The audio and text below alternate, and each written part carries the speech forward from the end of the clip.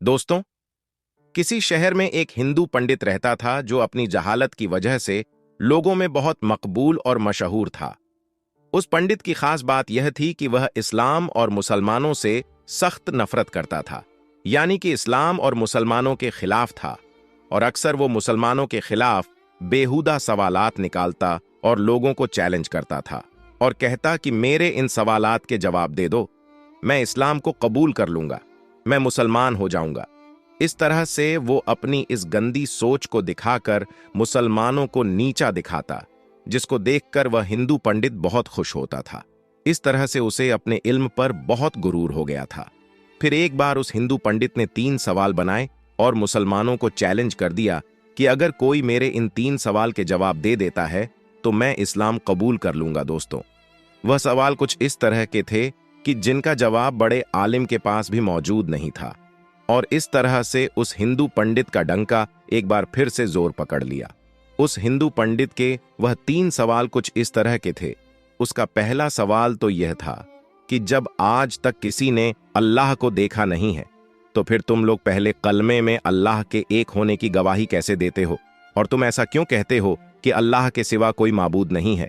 उसका दूसरा सवाल यह था कि जब हर चीज पर अल्लाह कादिर है, तो दुनिया में जो कुछ भी होता है वह अल्लाह की मर्जी से होता है, तो फिर दुनिया में किसी बुरी बात के लिए इंसान कसूरवार क्यों कहलाएगा।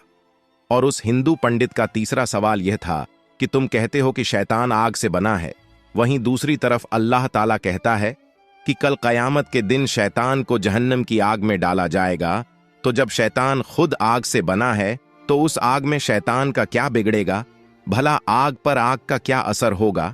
यह 3 सवाल उस हिंदू पंडित ने मुसलमानों के सामने पेश किए, लेकिन कोई भी उसके इन सवालों के जवाब नहीं दे सका। इस तरह से करते करते कुछ दिन गुजर गए। एक दिन वह हिंदू पंडित किसी काम से अपने घर से बाहर निकला। अभी वो कुछ दूर गया ही था कि उसका गुजर एक दरवेश के पास से हुआ, जो कि जमीन पर बैठा हुआ मिट्टी के बड़े बड़े गोले बना रहा था। जैसे ही वह हिंदू पंडित उसके पास से गुजर रहा था, तो फकीर ने उसको आवाज दी और अपने पास आने को कहा। वह पंडित उस दरवेश फकीर के पास चला आया। दरवेश ने कहा कि हमने सुना है कि तुम्हारे कुछ सवाल हैं जिनका आज तक कोई भी जवाब नहीं दे पाया। जरा मुझे भी तुम्हारे वह सवालात बताओ, शायद मैं उनका कुछ जवाब दे दूं। तो यह सुनकर वो हिंदू पंडित बड़े तकाबुर के साथ मुस्कुराया कि जब मेरे सवालों के जवाब बड़े बड़े आलिम नहीं दे पाए, तो तुम फकीर के पास क्या इल्म होगा। यह सुनकर वह बुजुर्ग फकीर भी मुस्कुरा दिया और कहने लगा कि तुम अपने सवालात तो बयान करो। तो अब एक एक करके उस हिंदू पंडित ने अपने सवालात दोहराने शुरू कर दिए। वह हिंदू पंडित कहने लगा, मेरा पहला सवाल तो यह है कि जब आज तक किसी ने अल्लाह को देखा नहीं है, तो फिर तुम लोग पहले कलमे में अल्लाह के एक होने की गवाही कैसे देते हो। फिर तुम यह भी कहते हो कि अल्लाह के सिवा कोई माबूद नहीं है। और मेरा दूसरा सवाल यह है कि जब हर चीज पर अल्लाह कादिर है और इस दुनिया में जो कुछ भी होता है वह अल्लाह की मर्जी से होता है, तो फिर किसी बुरी बात के लिए इंसान कसूरवार क्यों कहलाएगा। और मेरा तीसरा और आखिरी सवाल यह है कि आप कहते हो कि अल्लाह ने शैतान को आग से बनाया है, वहीं दूसरी ओर अल्लाह कहता है कि कयामत के दिन शैतान को जहन्नम की आग में डाला जाएगा। शैतान खुद आग से बना है, तो उसका उस आग में क्या बिगड़ेगा, आग का आग पर क्या असर होगा। हिंदू पंडित ने कहा कि दरवेश बाबा, मेरे यह 3 सवाल हैं जिनका जवाब किसी के पास भी मौजूद नहीं। यह सुनकर वह बुजुर्ग दरवेश काफी देर तक उस हिंदू पंडित को देखते रहे और कुछ सोचते रहे। यह देखकर वह हिंदू पंडित मन ही मन खुश हो रहा था, जिसका अंदाजा उसकी मुस्कुराहट से लग रहा था। फिर एकदम उस बुजुर्ग दरवेश ने अपने हाथ में मौजूद मिट्टी का वो बड़ा सा गोला उस पंडित के सर पर दे मारा। उस गोले के लगते ही उसके सर से खून निकलने लगा। पंडित उठ खड़ा हुआ और कहने लगा, तुमने यह जुल्म मुझ पर क्यों किया है, तुमने मुझको क्यों मारा है। मैं इस ज्यादती की शिकायत शहर के काजी से जाकर करूंगा और आपको अदालत में पेश होना पड़ेगा। इतना कहकर वह हिंदू पंडित सीधा काजी साहब के पास पहुंच गया और अपना मुद्दा बयान कर डाला। उस पंडित के सर से अभी भी खून बह रहा था और तकलीफ से उसका बुरा हाल हो रहा था। खैर, उसके बाद बुजुर्ग दरवेश को भी काजी साहब के सामने पेश किया गया। उसके बाद काजी साहब ने पूछा कि हजरत, आपने किस वजह से इसको मारा है? तो यह सुनकर बुजुर्ग फकीर ने कहा, मैंने तो इस पंडित के सवालों के जवाब दिए हैं जो इसने मुझसे पूछे थे। अब यह बिना वजह ही मुझ पर इल्जाम लगा रहा है। यह सुनकर अदालत में मौजूद हर शख्स हैरान हुआ, क्योंकि उस हिंदू पंडित के तीनों सवालों के बारे में हर कोई जानता था। इसीलिए वह हैरान हुए कि इसको मारने से वह सवालों का जवाब कैसे मिल गया।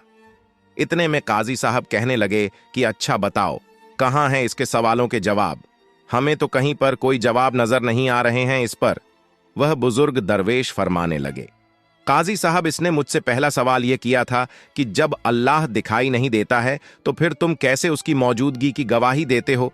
इसके इस सवाल का जवाब मुझ पर लगाए गए। इसी इल्जाम में है, यह कह रहा है कि मेरे सर में चोट लगने से दर्द हो रहा है, लेकिन क्या इसके पास इस बात का कोई गवाह मौजूद है? तो यह सुनकर वह पंडित कहने लगा कि इस बात का गवाह कैसे हो सकता है? मैं कह तो रहा हूं कि मुझे दर्द हो रहा है। बुजुर्ग दरवेश ने कहा, मगर हम कैसे मान लें कि तुम्हें दर्द हो रहा है? यह सुनकर वह हिंदू पंडित कहने लगा, जनाब, मुझे दर्द महसूस हो रहा है, इसीलिए मैं कह रहा हूं कि मुझे दर्द हो रहा है। यह सुनकर बुजुर्ग दरवेश ने फरमाया कि ठीक इसी तरह जैसे तुम्हारा दर्द दिखाई नहीं दे रहा है मगर तुमको महसूस हो रहा है, वैसे ही हमें अल्लाह दिखाई नहीं देता है, लेकिन अल्लाह को हम हर वक्त अपने साथ महसूस करते हैं, क्योंकि इस दुनिया में अल्लाह के कुदरत के नज़ारे हर जगह पर जगमगा रहे हैं और हर जगह पर अल्लाह मौजूद है। यह सुनकर वह हिंदू पंडित कहने लगा, चलो मान लिया कि मेरे पहले सवाल का जवाब मुझको मिल गया, अब मुझे मेरे दूसरे सवाल का जवाब भी दे दीजिए। यह सुनकर वह बुजुर्ग बाबा बोले, तुम कहते हो कि जो भी करता है वह अल्लाह ही करता है, तो फिर किसी बुरे काम का कसूरवार कोई इंसान कैसे कहलाएगा? अब तुम्हारे इस सवाल का जवाब भी इसी इल्जाम में मौजूद है जो तुमने मुझ पर लगाया है। जब सब अल्लाह ने किया है तो फिर इसमें मेरा क्या कसूर है? तुमने मुझ पर इल्जाम क्यों लगाया है? अब उसके दूसरे सवाल का जवाब भी उसके सामने था। यह सुनकर वह हिंदू पंडित कहने लगा, अच्छा चलो मान लिया कि मुझे मेरे दूसरे सवाल का जवाब भी मिल गया, लेकिन क्या आपके पास मेरे तीसरे सवाल का जवाब मौजूद है? वह बुजुर्ग दरवेश कहने लगे, तुम्हारा तीसरा सवाल यह है कि शैतान आग से बना है और अल्लाह कहता है कि कयामत के दिन शैतान को आग में डाला जाएगा, तो उस आग में शैतान का क्या बिगड़ेगा? आग का आग पर क्या असर होगा? अब तुम यह बताओ कि तुम किस चीज से बने हो? वो हिंदू पंडित कहने लगा, मैं मिट्टी से बना हूं। तो यह सुनकर बुजुर्ग दरवेश पूछने लगा कि वह गोला जो मैंने तुम्हारे सर पर मारा था वह किस चीज से बना था? तो पंडित कहने लगा, वह भी मिट्टी का बना हुआ था। इस पर बुजुर्ग ने कहा, बिल्कुल ठीक, जैसे तुम मिट्टी से बने हो और वह गोला भी मिट्टी से बना था जिससे तुम्हारा सर फट गया है। अब अगर तुम यह कहते हो कि शैतान आग से बना है और कयामत के दिन जब उसको जहन्नम की आग में डाला जाएगा तो उस आग का शैतान पर क्या असर होगा, तो इस तरह से तुम्हें भी मिट्टी के गोले से कुछ नहीं होना चाहिए था, लेकिन तुम्हारा तो सर जख्मी हो गया। बिल्कुल ऐसे ही कयामत के दिन दोजख की आग शैतान को जलाकर राख कर देगी, शैतान को तड़पा कर रख देगी। वह हिंदू पंडित यह सुनकर बहुत ही हैरान हुआ, और यही नहीं बल्कि उस अदालत में मौजूद हर शख्स यह सुनकर बहुत हैरान था कि किस तरह एक बुजुर्ग दरवेश, एक फकीर बाबा ने एक हिंदू पंडित को लाजवाब कर दिया। उसके बाद वह हिंदू पंडित वहीं अदालत में कलमा पढ़कर मुसलमान हो गया। प्यारे दोस्तों, बेशक अल्लाह ताला बहुत करीम है, जिसको चाहे जहां पर चाहे हिदायत दे दे। अल्लाह जब चाहे किसी को बख्श दे। अल्लाह हर चीज पर कादिर है। इन अल्लाह अला कुल्ली शै इन कदीर। प्यारे दोस्तों, हमारे नबी हजरत मोहम्मद मुस्तफ़ा सल्लल्लाहु अलैहि वसल्लम की तालीमात भी हमें यही सिखाती है कि दूसरों की खुदाओं को बुरा भला मत कहो और अपने दुश्मन से भी अच्छी तरह से पेश आओ, और अपने दुश्मन को कभी धोखा मत देना। अपने पड़ोसियों को, चाहे वह किसी भी मजहब से ताल्लुक रखता हो, उनसे अच्छे से पेश आना, उसे भूखा सोने मत देना। और यही हुस्न अखलाक, यही तालीमात गैरों को अपनी तरफ माइल करती है और आपके सच्चे होने का सबूत देती है।